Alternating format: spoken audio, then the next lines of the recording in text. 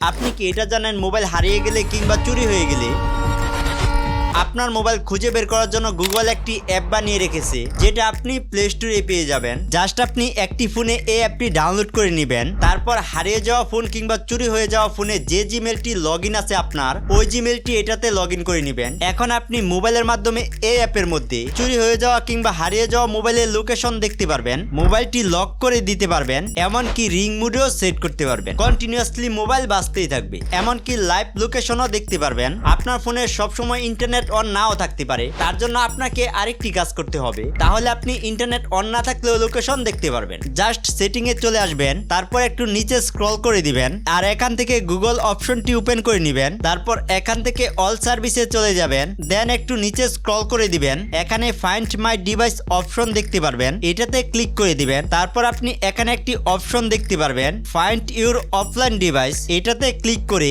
এখান থেকে without network অপশনগুলো সিলেক্ট করে দিবেন। এখন যদি আপনার ওই মোবাইল ইন্টারনেট অন নাও থাকে, তাহলেও আপনি লোকেশন ট্র্যাক করতে পারবেন। খুবই ইম্পর্টেন্ট একটি ভিডিও, আপনার ফ্রেন্ডকেও শেয়ার করে দিতে পারেন।